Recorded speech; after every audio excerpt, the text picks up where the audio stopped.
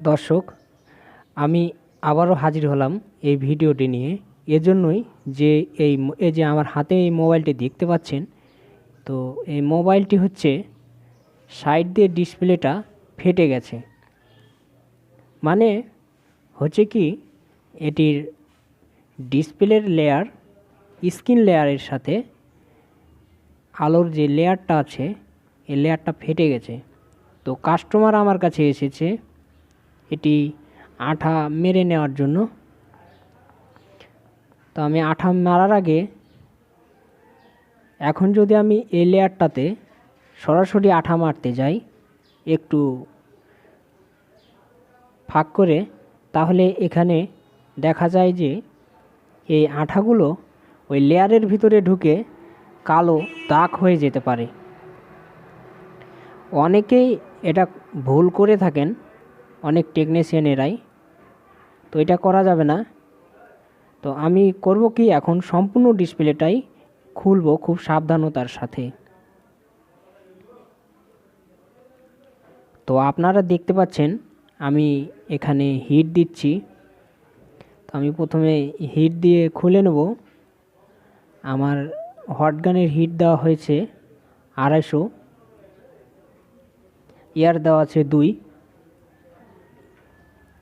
আপনি চাইলে বেশিও দিতে পারেন। আপনার খুব বেশি দিলে আবার সমস্যা হতে পারে, এজন্য আমি পর্যাপ্ত পরিমাণে হিট দিয়েছি যাতে আঠাটা নরম হয়ে যায়, সাইডের আঠাগুলো, এবং ডিসপ্লেটা সহজেই খোলা যায়। অনেকে থিনার ব্যবহার করেন। থিনার দিলে আবার একটু সাবধানতার সাথে দিতে হবে সাইডগুলোতে, যাতে ডিসপ্লের ভেতরে থিনারটা না চলে যায়। থিনার গেলেও অনেক সময় ডিসপ্লে দাগ হয়ে যেতে পারে। তো আমি এরকম একটা নিলাম, প্লাস্টিক। এই প্লাস্টিকটা দিয়ে আমি খুব সাবধানতার সাথে খুলব। এখন আপনারা হয়তোবা ভিডিওটা দেখতে পাচ্ছেন আমি একটু দ্রুততার সাথে কাজ করছি, আসলে তা নয়। এখানে ভিডিও স্পিড বাড়ানো হয়েছে সামান্য কিছু। তো আমি খুব সাবধানতার সাথে এই কাজটি করছিলাম যাতে ডিসপ্লেটা ক্ষতিগ্রস্ত না হয় এবং কাস্টমার যাতে সন্তুষ্ট থাকে। এজন্যই আমি এটা করলাম। তো খুলে ফেলেছি অলরেডি, আপনারা দেখতে পাচ্ছেন। তো আমি এখন করব কি, এই ফাটা অংশটা, এই লেয়ারের ফাটা অংশটা আমি খুব সাবধানতার সাথে পরিষ্কার করে নেব। অন্যান্য আঠাগুলো পরিষ্কার করে নিতে হবে যাতে সুপারগুলো মারলে এই আঠাগুলো লেগে না যায়, পুরাতন আঠাগুলো। তো দেখতে পাচ্ছেন দর্শক, আমি আগে এই আঠাগুলো পরিষ্কার করে নিচ্ছি।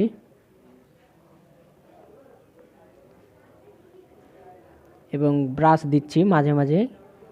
তবে অবশ্যই একটু হালকা চাপ দিয়ে ধরে থাকতে হবে যাতে এই ময়লাগুলো ডিসপ্লের লেয়ারের ভিতরে আবার না যায়।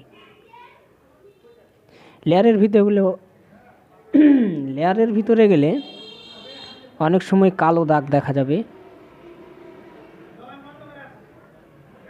ময়লাগুলো স্পষ্টভাবে দেখা যাবে, তখন একটা খারাপ দেখা যায় ডিসপ্লের। তো আমি এখানে খুলে নিচ্ছি, ময়লাগুলো পরিষ্কার করে নিচ্ছি, দেখতে থাকুন।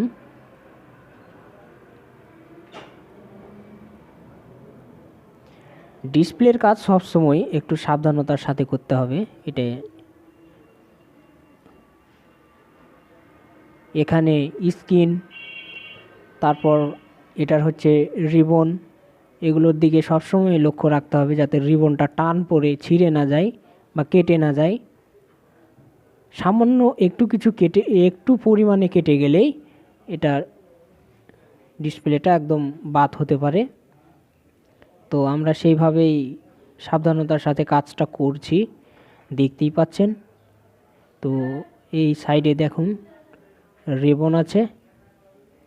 তো আমি এখানেও কিছু পরিমাণ, এদিকেও যেহেতু ফেটে গেছে এখানেও কিছু পরিমাণ আছে ময়লা, এই ময়লাগুলো আমি পরিষ্কার করছি। তো পরিষ্কার শেষে আমি যেটা করছি, এই সুপার গ্লু কী পরিমাণে বের হচ্ছে আমি সেটা চেক করে নিচ্ছি যে আসলে সুপার গ্লু বের হচ্ছে কি না। তো আমি এখানে কোনো চাপ দেব না, হালকা পরিমাণে ঠেকাবো, স্পর্শ করছি হালকা পরিমাণে ডিসপ্লের সাইডে, এবং আঠাগুলো অটোমেটিক্যালি লেগে যাচ্ছে সাইডে। তো এখানে এই স্টিলটা এই লেয়ারের সাথে সংযুক্ত। তো আমি আঠাগুলো যখন দিব তখন এই লেয়ারটা অনেকটাই স্ক্রিনের সাথে শক্তপোক্তভাবে আটকে যাবে, এবং নেক্সট টাইম ডিসপ্লে লাগানোর জন্য যে আঠাগুলো আছে গ্লু, সেই গ্লুগুলো দিলে ভেতরে ঢুকবে না এবং কালো দাগ হবে না।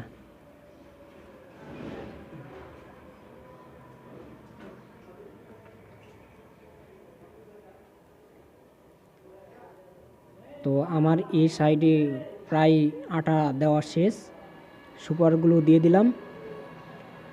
আবার লক্ষ্য রাখতে হবে যাতে এই সুপারগুলোগুলো একদম ডিসপ্লের ভেতরে না যায়। এই আঠা ভেতরে গেলেও দাগ হতে পারে, তাই অনেক সাবধানতার সাথে এই কাজটিও করতে হবে, এই আঠাগুলো দিতে হবে।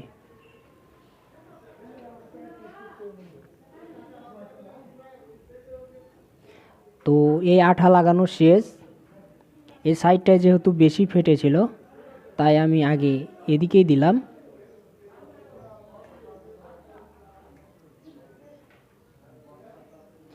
আমাকে প্রথমে কাস্টমার এসে বলেছিল এই সম্পূর্ণ ডিসপ্লে না খুলেই ভেতর সাইড থেকে দেওয়ার জন্য, কিন্তু না, এটা করতে গেলে অনেক সময় আঠা ভেতরে যাওয়ার সম্ভাবনা ছিল, তাই আমি সম্পূর্ণ খুলেই এটা সাবধানতার সাথে কাজটা করছি, একটু পরিশ্রম হলেও।